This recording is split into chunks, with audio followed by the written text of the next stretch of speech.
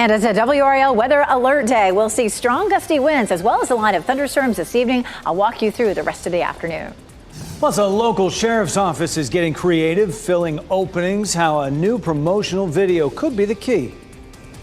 Also, the trial is now underway for one of the people charged in the murder of an NC State student.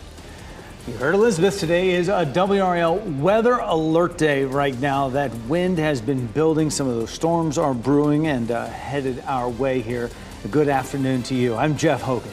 And I'm Renee Chu. Thanks for joining us. It's already windy out there, and those windy conditions will continue throughout the day. We'll experience some heavy rain this evening. You're looking live at Durham, where you're seeing those dark skies overhead. Elizabeth Gardner is in the WRAL Severe Weather Center with a look at conditions where you are. The dark green area is our level 1 risk for severe storms, which the Weather Service issued around 8 o'clock this morning, and you can see most of the viewing area covered there. The biggest threat would be damaging winds at 58 miles per hour or stronger with a line of thunderstorms that will come through this evening.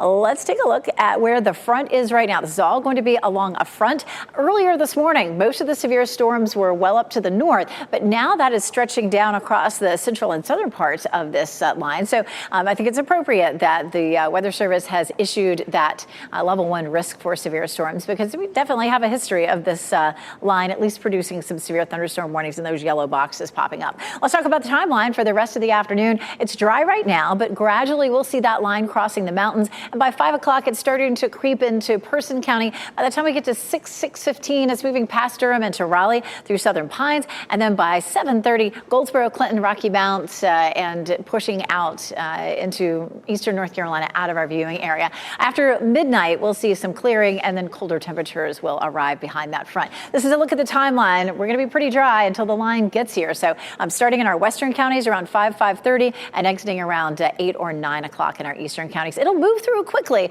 but it will produce some heavy rain and windy conditions. We have a wind advisory in effect from the Triangle area eastward with gusts up to 45 miles per hour. Right now we're gusting to 34 in Durham and Raleigh, as well as Rocky Mount, 32 in Southern Pines, 24 in South Hill. Our peak wind gusts today from as low as 24 in Clinton to as high as 36 already in Durham and Raleigh, and we'll potentially get up to the 40s as we get through the afternoon. We'll talk more about what happens when this whole system moves out coming up. Elizabeth, thanks. The system headed our way was much stronger when it moved across the Midwest. The National Weather Service is out today surveying what's believed to be tornado damage all over the Chicago area. As many as 5 tornadoes are believed to have touched down. The storms also produced damaging winds in Michigan and Ohio, knocking out power to tens of thousands of people. Elizabeth will be back in 10 minutes with another look at today's threat here at home. Law enforcement agencies across the country are struggling to fill the ranks. The events centered around the death of George Floyd and the COVID pandemic put a damper on recruitment during the past several years. WRAL Fayetteville reporter Gilbert Bays is live with us this noon after speaking with the Cumberland County Sheriff about his latest recruitment efforts. Gilbert. Well, Jeff, you're right. You know, trying to recruit deputies and law enforcement officers in any agency right now is extremely difficult. But Sheriff Ennis-Wright is hopeful that this new recruitment video that they've put together will encourage folks to make his office a place to launch a career in law enforcement. Now, we want to share some of the video with you. He's going to be sharing it on social media. He created the recruitment video. It's just about 2 minutes long. It features deputies performing a variety of duties. The sheriff says his staffing shortage are alarming. He's authorized 755 total personnel, but only has 556 on board. That's a shortage of nearly 200 employees. Wright is most concerned about his staffing at the detention center. He's authorized 178 detention officers, but right now only 98 officers are working in the jail. Now, in addition to the recruitment video, the sheriff runs his own law enforcement academy to help fill the ranks. We bring them in, we pay them. We offer them a bonus here when they sign a sign-on bonus when they come here. And so we pretty much get you on the, I say, the mindset that you're going to work for the sheriff's office here. As a law enforcement officer. And the sheriff says the starting salary for most deputies is about $50,000 a year. And like most employers, the law enforcement officers have optional health care and dental care, paid holiday sick leave, even a 401 plan. And the sheriff says even with all that, it is still difficult to get people to get on board in law enforcement. And Jeff, one thing he points out that it is a very difficult job, and law enforcement is just not for everybody. No, we know that is the truth. Certainly a tough position to fill. Gilbert Bays, live in Cumberland County for us. Gilbert, thank you.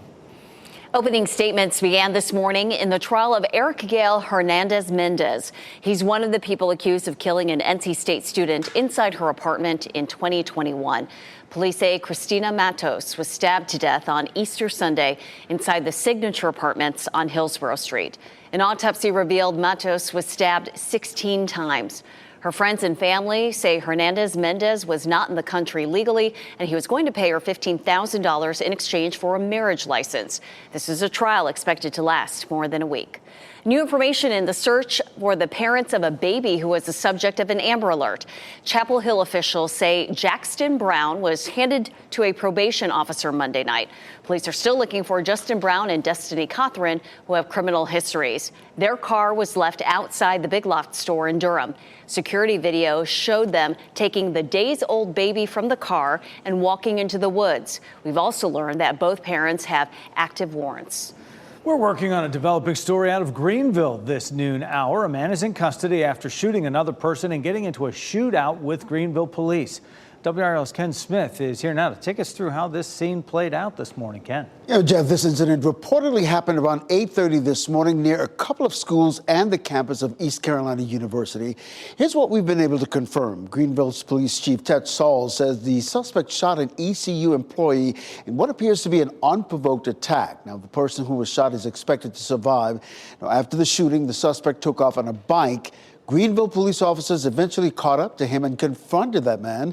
That's when an exchange of gunfire happened. No one got hit. Officers were able to arrest that man after that exchange of bullets. Now, with all this happening, two nearby schools, an elementary school and a Catholic school, were placed on lockdown that has since been lifted. We're, of course, working to find out the suspect's ID and what led up to that initial shooting of that ECU employee. We'll continue to update this story with any new information online at WRAL.com, on the WRAL News app, and, of course, in our news starting at 4. A pretty scary situation for everyone nearby there. Ken, thank you. Two people, including a 5-year-old, are being treated for injuries after a crash in Moore County. This happened just after 7:30 this morning on Carlisle Avenue at the intersection of West Wisconsin Avenue and Southern Pines. The child was flown to the trauma center at UNC Hospitals. An adult female was taken to the hospital by ambulance with non-life-threatening injuries. No word on what caused the crash. Raleigh police are investigating after a vehicle crashed into a church. This is video of the Forest Hills Baptist Church on Dixie Trail near Clark Avenue. That's just a block north of Hillsborough Street. It's unclear what caused the vehicle to hit the facade. We're also working to learn if anyone was hurt or whether charges have been filed. Former President Donald Trump is celebrating another big win after the Michigan primaries, while President Joe Biden's victory met some opposition from Arab American voters. Trump beat challenger Nikki Haley by more than 40 percentage points. The state's Republican Party chair referred to Trump as the presumptive nominee and said he also relayed that message to Haley. Meanwhile, Biden earned just over 80% of the vote in the Democratic primary. About 13% of voters chose uncommitted on the ballot. It's about 100,000 people. It was part of a grassroots effort to cast protest votes over Biden's handling of the war in Gaza. On the same day Trump won the GOP primary, a Michigan court affirmed the removal of Christina Caramo as the state's Republican Party chair. Under Caramo's leadership, the Michigan GOP has suffered from internal and financial issues. Former Ambassador and Congressman Peter Hoekstra said that he was elected as the new chairman. Hoekstra has been recognized by the RNC and former President Trump as the rightful chair. President Biden went to Walter Reed National Military Medical Center this morning for his annual physical. Two aides who traveled with the president to Walter Reed on Marine One. Biden last underwent a routine physical exam a year ago in February 2023. The White House expects to release a written summary of the findings later in the day. Biden is scheduled to return to the White House this afternoon. Funeral services for Alexei Navalny will be held Friday at a cemetery in Moscow. Today, Navalny's wife addressed the EU Parliament in Strasbourg, where she blamed his death on Russian President Vladimir Putin. Killed my husband, Alexei Navalny. On his orders, Alexei was tortured for 3 years.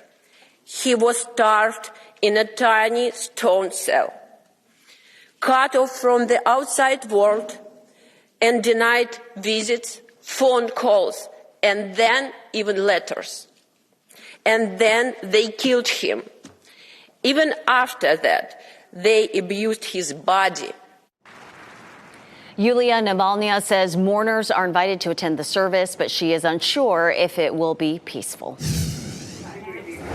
And happening right now in the WRAL Live Center, Hunter Biden testified today saying that he never involved his father, President Biden, in any of his business decisions. Hunter right now is appearing before the House Oversight and Judiciary Committees in their impeachment inquiry of his father, which has focused largely on Hunter's involvement of foreign business dealings. But Hunter did say, "I did not involve my father in my business while I was a practicing lawyer, not in my investments or transactions, never." This all comes as House Republicans have struggled to uncover any evidence that Joe Biden benefited from or played a role in the business pursuits of his family members. Hunter said he has had his share of failures and flaws, but those should reflect on him and not his father.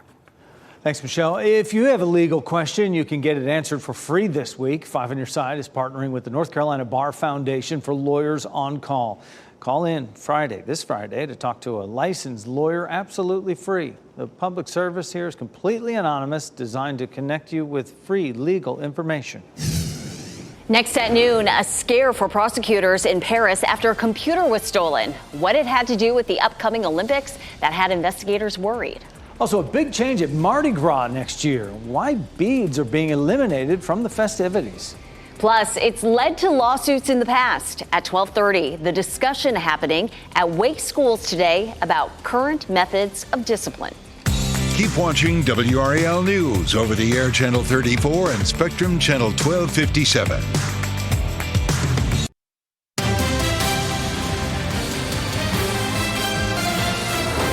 Today, the U.S. Supreme Court is hearing the case on whether to protect or overturn a ban on bump stocks on guns.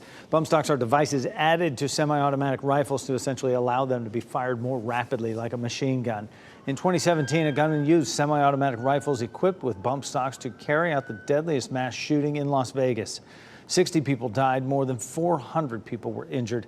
A decision on the case is expected by the end of June. In vitro fertilization advocates are expected to rally outside the state capitol in Montgomery, Alabama today.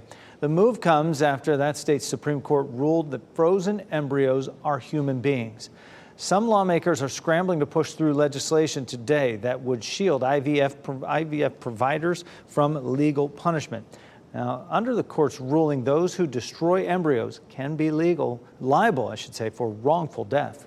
When a person struggles with a personality trait called perfectionism, it can have a dangerous impact on their mental health and even future successes. Mandy Gaither shares the negative effects of trying to be perfect and how parents can help their children avoid perfectionism.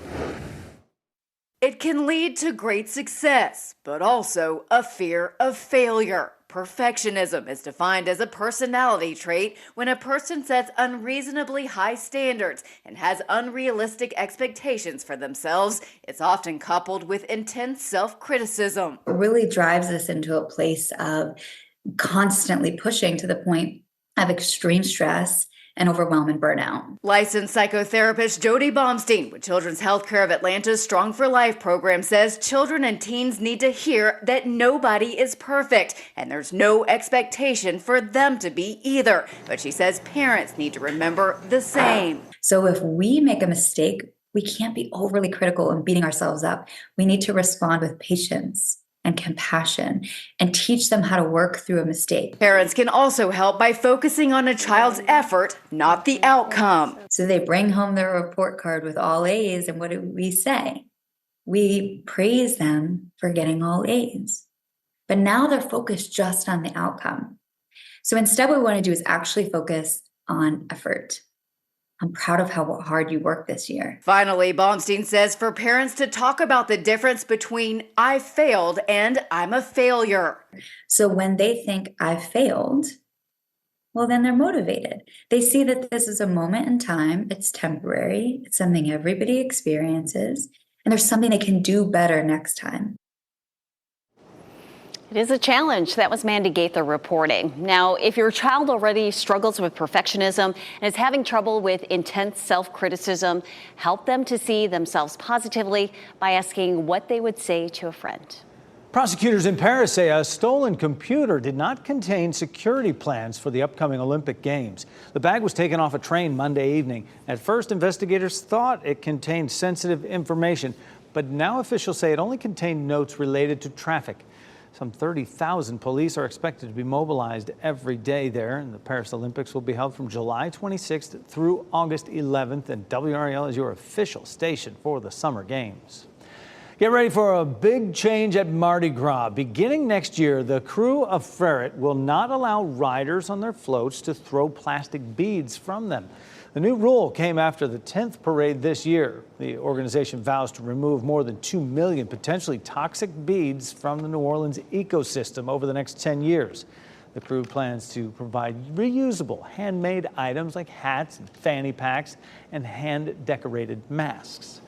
We'll see if some of the other crews for those parades join in and take care of that ecosystem. No festive feel today with all the clouds out there and then the wind as well, even though we have warm temperatures. Elizabeth Gardner in the WRAL Severe Weather Center with what we can expect on our WRAL Weather Alert Day. So many times in the spring, we have the warm temperatures right as the front's coming through. So, yeah, it kind of feels wasted. It'd be nice to have just a quiet day with these warm temperatures. And we'll likely get that maybe sometime next week. Of course, we've been talking about the wind. We have a wind advisory for parts of the viewing area. We have rain that is likely to be heavy when our band of thunderstorms comes through this evening. And then behind the system, our temperatures will drop dramatically overnight into tomorrow morning. So that's what we're looking at with our WRAL Weather Alert Day. We have a level 1 risk for severe storms for most of the viewing area. That means as the system moves across the region, it could produce winds gusting up to 58 miles per hour. Winds likely to be gusting up to around 40 miles per hour out ahead of it. We'll take another look at where the front is right now. We have a number of severe thunderstorm warnings there. You see the yellow boxes that have popped up as this is moving through East Tennessee, about to cross the mountains. It may weaken some as it crosses the mountains, but certainly we have the chance for maybe 1 or 2 storms that could produce some wind damage. Right now, it's all quiet on dual Doppler 5000 radar, so no rain now, but we are watching our front approaching us. It's likely to begin to move into the viewing area as early as around 5. By 6:30, it's moving through the Triangle area all the way up to, say, Roanoke Rapids, back down through the Sandhills. It is going to be a fast mover, and you can see it is narrow. So as it moves through, it's going to dump a lot of heavy rain with windy conditions, but it's not going to stick around in one place for very long. It moves to the I-95 corridor by 7:30, and then most of it into eastern North Carolina after that. Might be 1 or 2 stray showers behind it, and then the back edge of the clouds could produce a shower overnight, and behind it, we're going to see the door open to much colder temperatures. Wind advisory in effect now, and we are seeing some windy conditions. Winds are gusting 30 to 35 miles per hour already, and this afternoon later on, especially right ahead of and right behind the front, winds could be gusting up to around 45. Our winds are coming out of the south, so that's why it's so warm. The steady wind is on the left, so we're steady at 24 in Southern Pines, gusting to 32. The gust is in the right box, so we're gusting to 34 in Raleigh, 34 in Rocky Mount, and 28 in Goldsboro. So it is windy out there right now. This is a look at the highest gusts that we've seen so far today. Goldsboro at 42, Rocky Mount, I'm sorry, this is actually what we could see later on this afternoon. 42 Goldsboro, 41 Rocky Mount, and 41 in Roxboro. We'll take a look at what we have seen coming up again in just a few minutes. We take a live look at Wilson. Wilson's always such a great place to look at. You see the whirly gigs and how much they're spinning. Big change now compared to what we saw like 3 hours ago. Around 9 o'clock, they were spinning, but sort of lazily, and now they're really whirling around. 66 is our temperature currently, but we could be 10 degrees warmer than that ahead of the front this afternoon. It is 70 in Fayetteville and 72 in Clinton. We're looking at low to mid 60s up near the Virginia line. 76 for the high temperature in Raleigh, 73 in Durham, and 79 in Fayetteville. Once our front comes through, our temperatures will likely drop down into the 50s on Thursday and Friday, so a big change coming our way. We have another chance for rain late Friday into Saturday. I'll walk you through the timeline for that so you can plan your weekend coming up. Thanks, Elizabeth. In less than a week, North Carolinians will be taken to the polls to vote in the primaries. Tonight at 5:30, WRAL Capitol Bureau Chief Laura Leslie looks at the GOP candidates hoping to win your vote for governor. Plus, animals without vet care or water, dirty living conditions. Tonight at 6, WRAL investigates the surge in problems found in taxpayer-funded animal shelters and how the state is trying to help. And still ahead this noon, Apple scraps the plan to build an electric vehicle after a decade of work. Coming up, what an internal memo reveals about the tech company's future plans. And rapper Ye faces a new lawsuit for reportedly using another artist's music without permission. The song at the center of the dispute after the break. A new survey shows that many retirees are struggling to make ends meet, and Gen Zers may not be able to retire at all. Financial experts say to retire comfortably, Americans need a little over $1 million in the bank. But a good chunk of retirees only have an average of almost $143,000. In a recent survey, nearly 40% of participants said they are very concerned that they will outlive their retirement savings. Some airline passengers will no longer have to show their physical IDs or boarding passes. That's because United Airlines is expanding its touchless ID technology at some airports. You can simply scan your face and drop off your bag to an agent. TSA PreCheck members will enroll people in the service via the United app. The feature is only available to single passenger reservations for people 18 years old and up. Delta implemented similar technology at its hubs in New York, Detroit, and Atlanta. The estate of Donna Summer is suing Ye and Ty Dolla $ign for copyright infringement.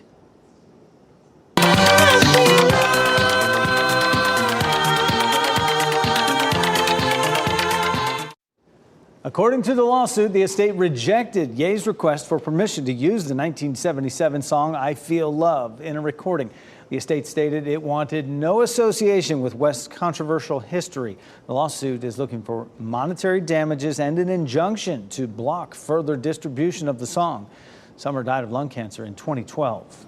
TikTok says it is removing more music from its platform amid an ongoing dispute with Universal Music Group. The two sides are clashing over royalty payments. Universal Music Group claims TikTok isn't paying its artists enough. TikTok began muting songs from artists signed to the label after a licensing deal between the two expired at the end of January. Apple is putting the brakes on plans to build an electric vehicle. Employees working on Project Titan will now be shifted to generative artificial intelligence, and there will also be some layoffs. The EV was expected to potentially match the capabilities of Tesla vehicles. The decision comes after Apple's self-driving plans hit some snags, with the scheduled launch delayed to 2026 and features were scaled back. Lawmakers may have a way to avoid a government shutdown, the delicate balancing act confronting House Speaker Mike Johnson. The largest school district in the state is reviewing how it disciplines its students. We have a preview of the findings of the new reports. And here are your winning NC Education lottery numbers on your screen right now.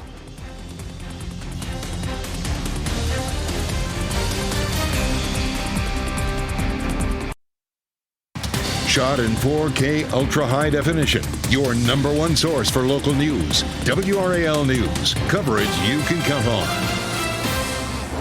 Today is a WRAL weather alert day. We're under a level 1 risk for storms, and a wind advisory has been issued for much of our viewing area. This afternoon, a lot of folks will experience windy conditions out there. There'll be some heavy rain potential later this evening. And Elizabeth Gardner in the WRAL Severe Weather Center right now with a look at conditions. The wind is already kicking up on this weather alert day. The wind advisory went into effect at 10 a.m. And so we'll walk through how strong the winds have been so far. Certainly through the afternoon, we're looking at 35 to 45 mile per hour gusts. But when our line of thunderstorms comes in this evening after 5 o'clock, we could see winds gusting over 58 to 60 miles per hour. And that will have a better chance of doing some damage. Here's our level 1 risk. And again, that's where we could see a few isolated storms that could produce some wind damage. And again, the timeline for that's going to be about 5 o'clock to 10 o'clock this evening. Here's a look at the front right now, and it is producing a number of current active severe thunderstorm warnings in Tennessee and into Georgia. That will cross the mountains and weaken a little bit, but we still have the potential to see a handful of those producing some some severe storms. We are dry right now. There's nothing on the radar, but by the time we get to 5 o'clock, we start to see this moving closer to us at about 6:15. I mean, it's a fast mover. It's right through the middle of the viewing area. And then by 7:30, it's on the eastern edge and then right on out of here. So we'll go over how much colder it's going to be on the backside of the system coming up. And happening right now in the WRAL Live Center, we have an update to a story we first told you about on Monday, a devastating, deadly fire in Cumberland County. Police have just released the names of the victims. We are learning that 68-year-old Wanda Wilson, 37-year-old Amber Nucci, and 21-year-old Dylan Townsend have all died in that fire. Firefighters did respond to this home on Unicorn Drive in St. Paul's on Monday afternoon. Officials say a relief valve on a propane tank on the property popped off, making that fire larger. The preliminary investigation revealed there were no signs of foul play. Today marks 6 months since a dark day on UNC's campus, the deadly shooting that claimed the life of Professor Tzu Yin. He was shot, police say, in his lab by one of his grad students. That student, Tylei Chi, is in custody at a mental health facility at Butner Prison. WRAL has reported 2 mental health evaluations indicate he is unfit to stand trial. Prosecutors hope rehabilitation will change that. We should get an update at his next court date, which is scheduled for June. The weapon used in the shooting still has not been found. Police are working to make an arrest in an early morning shooting. Officers say 2 men were shot on North Elizabeth Street in Durham shortly after midnight. They were taken to the hospital with serious but non-life-threatening injuries. Their names and conditions have not been released. Partial government shutdown could go into effect in the coming days if Congress fails to pass a spending bill. If a bill is not passed by the end of this week, funding for about a third of government agencies will expire. Speaker of the House Mike Johnson's job hangs in the balance as well, requiring special care to appease his right flank while maintaining government operations. We believe that we can get to agreement on these issues and prevent a government shutdown, and that's our first responsibility. And if a funding bill is not passed between now and Friday, 630,000 federal workers will stop getting paid. Most of them will still have to show up for work. Fortunately, a recently passed law guarantees they will get back pay once the government reopens.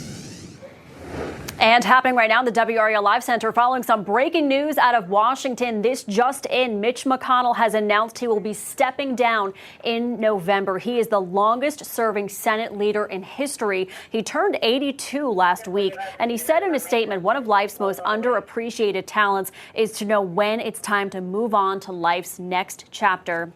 So I stand before you today to say that this will be my last term as Republican leader of the Senate. He gave no specific reason for the timing of his decision, but he did cite the recent death of his wife's youngest sister as a moment that prompted it. Again, Mitch McConnell stepping down come November. In just a few hours, Wake County Public School leaders will meet to review data detailing how students are disciplined. They will specifically examine incidents where students are restrained or secluded. WRAL's Laura Levine explains hundreds of situations like this happen each year. School leaders will meet here this afternoon with the Student Achievement Committee, and they're going to take a closer look at these incidents of seclusion and restraint in Wake County schools. I can tell you, looking at that presentation, there's been so far this year 864 incidents against 240 students. And that's the latest data through December. Now, Wake has been sued over how it secludes students in the past and has been ordered to report the incidents accurately. In August, the school district was ordered to pay $450,000 and to make some changes after a disabled child was placed in a closet more than 20 times. This is the first time since that lawsuit that the board will be discussing this in open session.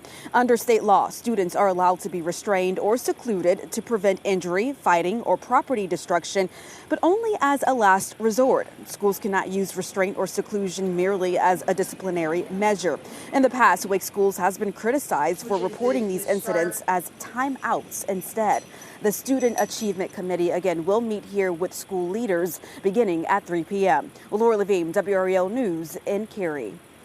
St. Augustine's University in Raleigh is filing a lawsuit after losing its accreditation. This means the university stands to lose federal funding, and that's a huge concern because nearly 85% of the student body receives federal financial aid. The Southern Association of Colleges and Schools cited issues with the school's governing board and finances, which includes paying faculty late. University students aren't the only ones affected by this decision. Hundreds of high school students in the Wake Young Men's and Women's Leadership Academies earn college credits at St. Augustine's. Parents say they are hoping for the best outcome. St. Aug has served our family well, and it is unfortunate that they are in the situation that they're in right now. Wake County Public Schools says it is closely monitoring the experience for its students in the early college. They don't expect to lose any credits because St. Augustine's can remain accredited while its lawsuit plays out in court. If you want a sick note from your doctor, you may need to pay up. Why some physicians say they are charging significant fees for seemingly small requests. Plus, we'll explain how artificial intelligence can help emergency vehicles avoid red lights and get to where they need to go when seconds count. We want to see what's happening in your neighborhood with today's windy conditions and potential for storms later. Be sure it's safe to take pictures or video, and then look for the Report It link on WRAL.com or the WRAL News app. The FDA is recalling 4 eye ointment products due to infection risks. The items were made by Brassica Pharma and sold at Walmart and CVS. The recalled eye products were sold under the brands Equate, CVS Health, and AACE Pharmaceuticals. Inspectors found unsanitary conditions at a facility in India where the products were made. The FDA urges people to stop using these products immediately and return them to where you bought them. Whether it's smoking, vaping, or eating, any use of marijuana, experts say, increases your risk of heart attack and stroke. According to a new study published by the American Heart Association, daily users had a 42% higher risk of stroke and a 25% higher risk of heart attack. Meanwhile, non-daily users also had an increased risk, but it just wasn't as high. Some physicians are now charging patients hundreds of dollars for administrative tasks like writing sick notes and approving medication refills. The charge is in response to growing demand on the time it takes the medics to reply to emails and document requests, which they say up to hours of unpaid labor per week is what they entail. Some physicians hope the additional charges will reduce the number of non-urgent requests by patients. The owner of an auction house in Maryland makes a pricey find while going through donated items. I thought, what could be in that coffee can? And then when I saw it was full of all of these bank envelopes full of hundreds. After the break, we'll share the origin of the hidden treasure. Plus, an AI platform is helping reduce traffic in communities across the nation. Coming up, we'll explain how the cloud-based software could speed up emergency response times when seconds count.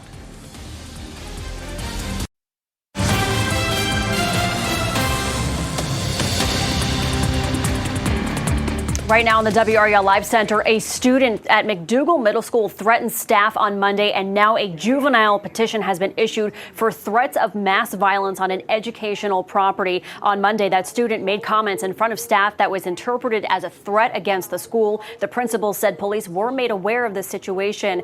They say right now at this time, no further information will be released. Thanks, Michelle. A platform that uses artificial intelligence is helping first responders travel to emergencies as quickly as possible. Mark Sayer examines how the cloud-based system could improve the flow of traffic and improve air quality as well. When you need help in an emergency, every second counts. And some of those valuable seconds can be used up when emergency vehicles are delayed in traffic or at intersections. And that's where AI comes into the picture. So when it comes down to you or me or a loved one having a health problem, we want to have responders there as soon as possible. So how can we learn about daily variations? AI is the greatest choice. Tim Menard is CEO of a Santa Clara-based company called Light, which has developed a cloud-based AI system to link regional traffic management centers to the emergency vehicles that use the roadways. Here's the fire station. Here's where the truck has to go to. Here's the traffic. What's the perceived amount of congestion? Are there people walking around? So that the road gets set up with green lights ahead of time so that everybody's out of the way. This is a demonstration video provided by the company from Seattle, where it is already operating. You can see on this map every single traffic signal along this route turns green by the time the fire unit reaches the intersection. The system will even adjust in real time if the fire crew makes a last-minute route change. One thing where AI is really helpful in is actually the predictivity of, hey, are they going to be able to go down this primary street, or is there an event and they're going to have to go right or go left or use a back alley, right? It's notorious that emergency responders know different ways around the city. So AI in this case here is able to predict where they're going to go so that those lights can be set off. That was Mark Sayre reporting, and the CEO of LIT says the AI on this platform is only being used to process traffic flow data. It's not collecting identifiable information like license plate numbers. The next time you decide to donate clothes or anything else from your house, be sure to double check them first. Go through them. A woman in Maryland received a phone call from lawyers saying a loved one had passed, and she went to Virginia to empty his estate and donated some of his belongings. A short time later, the woman received a call asking her to return to the auction house because they made a major find to the tune of $61,000. I think that it was probably, someone whose parents had lived through the Great Depression and sort of didn't trust banks. But he was also a coin collector. We're just thinking he, just one of those people that wanted it around. The owner adds they find secret items all the time, but this was by far one of their biggest finds. And kudos to the people who found the $61,000, reported it, called the woman, and gave it back to her. Yeah, didn't just tuck that away for a rainy day. No, they could have, but they didn't. That's right. How could you live with yourself, right? True. Speaking of rainy days, Elizabeth Gardner over there in the WRAL Severe Weather Center right now. It's a-coming. It is. It's going to be quick, probably an hour max, maybe even less than that. It's a really narrow band of rain that's along this front. The wind has a big deal with how today is feeling.